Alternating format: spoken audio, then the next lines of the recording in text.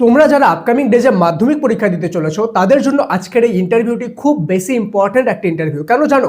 এই জন্য না যে আজকে আমাদের সাথে একজন টপার বা একজন মেধাবী ছাত্র উপস্থিত রয়েছে এবং তোমাদেরকে শুধুমাত্র টিপস দিবে, বাট এই জন্য যে আমাদের সাথে আজকে রয়েছে বিশাল ব্যানার্জি। বিশাল ব্যানার্জি কিন্তু আমাদের খুব ইমপ্রেসিভ একটা জিনিস করেছে, সেটা হলো ভূগোলের মধ্যে 100 আউট অফ 100 মার্কস স্কোর করেছে। আমরা যখন তাকে জিজ্ঞেস করি যে সে কিভাবে ভূগোলে 100 আউট অফ 100 মার্কস স্কোর করেছে, তখন কিন্তু সে আমাদের সাথে খুবই সিক্রেট কিছু জিনিস শেয়ার করেছে, যেগুলো তোমরা জানলে লিটারালি অবাক হয়ে যাবে। এবং তার পড়ারও কি রুটিন ছিল, সে কিভাবে পড়তো, প্রতিদিন কি প্রতিটা সাবজেক্ট পড়তো নাকি কি সময় মেনে পড়াশোনা করতো, সেটাও কিন্তু সে আমাদের সাথে শেয়ার করেছে। তার সাথে তোমাদের সাথে বিশালের কিন্তু মার্কশিটও আমরা শেয়ার করবো, যে কত সুন্দর লাগে একটা মার্কশিট দেখতে যখন এত হাই মার্কস স্কোর হয়।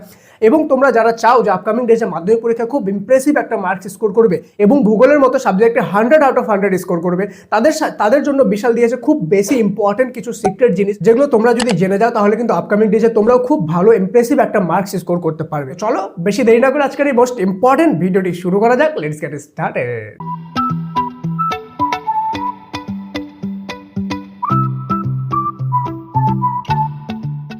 ফার্স্ট অফ অল আজকে স্টুডেন্টদের সাথে পরিচয় করিয়ে দিতে চাই। আমাদের সাথে রয়েছে বিশাল ব্যানার্জি, যার প্রাপ্ত নাম্বার হলো 96.85, অর্থাৎ 678% টোটাল নাম্বার পেয়েছে 700-এর মধ্যে।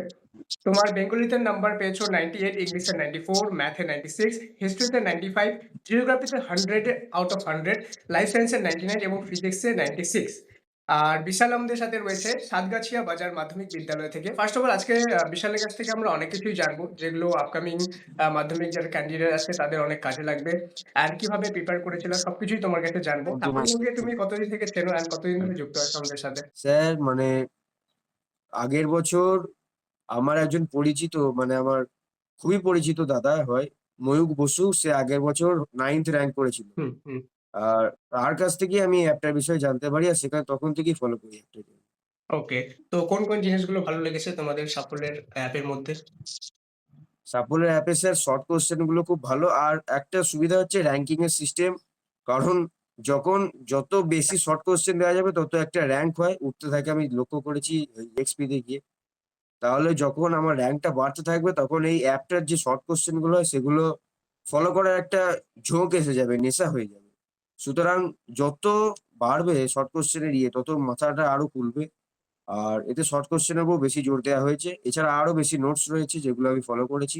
আপনারা ক্লাস করিয়েছেন YouTube এ, অনলাইনে দেখেছি স্যার, ফলো করেছি। সবই ভালো। ওকে, তো ওভারঅল যেটা বলছো যে ছোট ভাই বোনেরা যারা আসবে নেক্সট আপকামিং, তাদেরকে মক টেস্টের ব্যাপারে কি বলতে চাও, যে মক টেস্ট দেওয়া কতটা প্রয়োজন?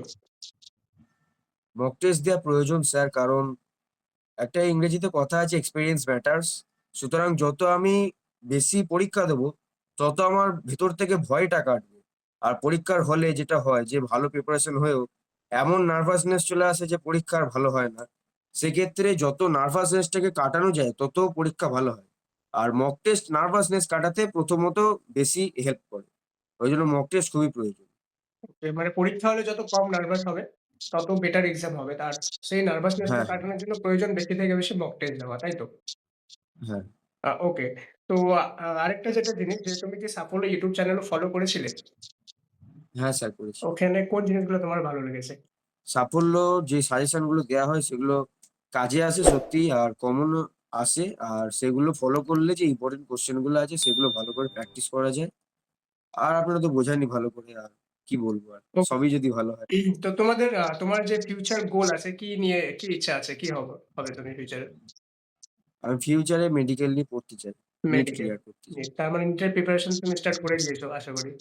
হ্যাঁ, করেছি। ওকে। তোমার যে বিষয়টা আছে যেটা হলো জিওগ্রাফি। জিওগ্রাফিতে তোমার 100 আউট অফ 100 মার্কস কিন্তু এসেছে। ঠিক আছে? যেটা খুবই ইমপ্রেসিভ একটা মার্কস। তো জিওগ্রাফি কিভাবে প্রিপেয়ার করেছিলে তুমি ১ম থেকেই? ১ম এ কি মানে ফলো করেছিলে তুমি? স্যার জিওগ্রাফিতে আমি যেই ব্রড কোশ্চেন গুলো হয় ২ নাম্বার, ৫ নাম্বার, হুম। এই কোশ্চেন গুলো আমাকে আমার টিচার লিখিয়ে দিয়েছিলেন। সেই নোটগুলো আমি ফলো করেছিলাম। আর এর বাইরে যে শর্ট কোশ্চেন গুলো হয় সেগুলো বিভিন্ন সহায়িকা আর বিভিন্ন রেফারেন্স বই থেকে পড়েছিলাম। আর কিছু না। ওকে। আর যে জিওগ্রাফির লং কোয়েশ্চেন গুলো হয়, যেগুলো সাধারণত স্টুডেন্টরা পরীক্ষার মধ্যে লেখে কিন্তু অত মার্কস আসে না। অনেকজনেরই ৫ এর মধ্যে ধরে নাও কারো ৪ দিয়ে দেয় বা কারো ৩ দিয়ে দেয়। তো তোমার সবকিছুতে যেহেতু ফুল মার্কস আছে, তো তুমি কি বলবে আপকামিং ছোট ভাই বোনেদের যে কিভাবে জিওগ্রাফির যে লং কোয়েশ্চেন গুলো আছে সেগুলো প্রথম থেকে প্রিপেয়ার করা উচিত? জিওগ্রাফির লং কোশ্চেন গুলো বলতে বিভিন্ন বিষয়গুলো আছে, সেগুলো পয়েন্ট করে ভালোভাবে লিখতে হবে, প্যারা চেঞ্জ করে, আর টেক্সটটা ফলো করতে হবে, ভালোভাবে খুঁটিয়ে পড়তে হবে। টেক্সট আর বই। কিছু না, যদি সব লাইন ঠিকভাবে লেখা যায় তাহলে অবশ্যই ফুল নাম্বার পাবে। ওকে।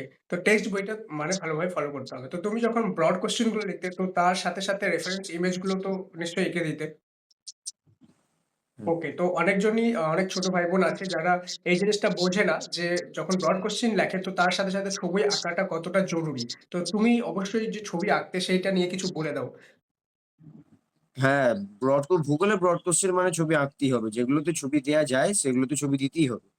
আর ছবিতে নাম্বারও থাকে। ১ নাম্বার না ২ নাম্বার ছবিতে থাকে। সেজন্য ছবি দিলে নাম্বারটা ভালো পাওয়া যায়। ওকে। মেইনলি যেটা ফিজিক্যাল জিওগ্রাফি আছে সেটা, তাই তো? তো তোমার পড়ার রুটিন কি থাকতো? সাধারণত কি ভাবে পড়তে? প্রতিদিন প্রতিটি সাবজেক্ট পড়তে কি আর আলাদা, আলাদা দিন আলাদা, আলাদা সাবজেক্ট? না স্যার, আমি মানে আ ভোরবেলা উঠতাম ৪ টের সময়। আর ৪ থেকে ৭ অব্দি আমি অঙ্ক প্র্যাকটিস করতাম ৩ ঘন্টা। তারপর একদিন ধরুন আমি ইতিহাস, ভূগোল পড়লাম। তারপরের দিন জীববিজ্ঞান, ভৌতবিজ্ঞান এরকম। তারপরের দিন ল্যাঙ্গুয়েজ দুটো এরকম। মানে একই রোটেশন দিনে হতো। ৪ টে সাবজেক্ট তুমি পড়তে না? না, না। রোটেশন একেকটা করে সাবজেক্টে কতটা করে সময় দিতে? একেকটা সাবজেক্টে স্যার ২ ঘন্টা করে পড়লে কাফি। আর সন্ধ্যেবেলার দিকে যেহেতু আমার টিউশন গুলো বেশি থাকতো সেইজন্য আমি রাত ১২টার পর আর পড়তাম না। ১২টা অব্দি শেষ। ওকে। তারপর পড়ি। মানে ১২টা থেকে ৫টা ৫ ঘন্টা ঘুমিয়ে হয়ে যেত? হ্যাঁ, ওই হুম। যেটুকু হয় স্যার। একটু তো পরিশ্রম করতেই হবে, তাই না? আর যারা আপকামিং ভাই-বোনেরা আসবে তাদেরকে তুমি কি বলতে চাও? তারা কিভাবে ১ম থেকে প্রিপেয়ার করলে তাদের জন্য বেটার হবে? অ্যাজ এ তোমার মনে করো তোমার সামনে একজন ছোট ভাই বা বোন বসে আছে। তো তাকে তুমি কিভাবে কোন একটা উপদেশ দাও ২-৩ টা যে যাতে তারাও তোমার মতো ভালো রেজাল্ট করতে পারে? স্যার প্রথমত টেস্ট খুঁটিয়ে পড়তে হবে। আর দ্বিতীয়ত কারোর উপর নির্ভরশীল হলে চলবে না। নিজেকে সবসময় এগিয়ে থাকতে হবে। তার জন্য নিজের নোটস বানিয়ে সেটাকে প্র্যাকটিস করা চলে। নিজে বিভিন্ন কোয়েশ্চেন লিখে যদি সম্ভব হয় স্যারকে দেখিয়ে নিয়ে কারেকশন করিয়ে নিয়ে সেগুলো প্র্যাকটিস করতে হবে। আর ১ম আর শর্ট কোয়েশ্চেন ভালোভাবে পড়তে হবে ১ম থেকেই। আর ১ম থেকে বেশি চাপ নেওয়ার দরকার নেই। যত এগোবে সিলেবাস তত চাপ নিতে হবে। কারণ ১ম থেকে যদি চাপ নেওয়া হয় তাহলে ব্রেনে লোড পড়ে যায়, যেটা আমার সাথেও হয়েছিল। আর এভাবেই প্র্যাকটিস করতে, করতে একসময় সফলতা আসবেই। ওকে, মানে ১ম থেকে ধীরে, ধীরে প্রিপেয়ার করো। লাস্টে গিয়ে তাড়াহুড়ো না করে ১ম থেকে আস্তে, আস্তে প্রিপেয়ার করতে থাকো। হ্যাঁ, আর যা ভরসা করার নিজের উপরেই করো, তাই তো? হ্যাঁ, হ্যাঁ। ঠিক। আর যারা একটা মেইন যেটা প্রবলেম স্টুডেন্টদের মধ্যে হয় যে তারা ব্রড কোয়েশ্চেন গুলো পরীক্ষা হলে গিয়ে ভুলে যায়। তো এই ব্যাপারে তুমি কি বলবে? তাদেরকে কিভাবে ব্রড কোয়েশ্চেন প্রিপেয়ার করা উচিত? ব্রড কোয়েশ্চেন প্রিপেয়ার করা উচিত মানে স্যার অনেকে কি করে যে বলবে যে ঝরঝর করে মুখস্থ করে নিই, ও হলে কাজ হয়ে যাবে।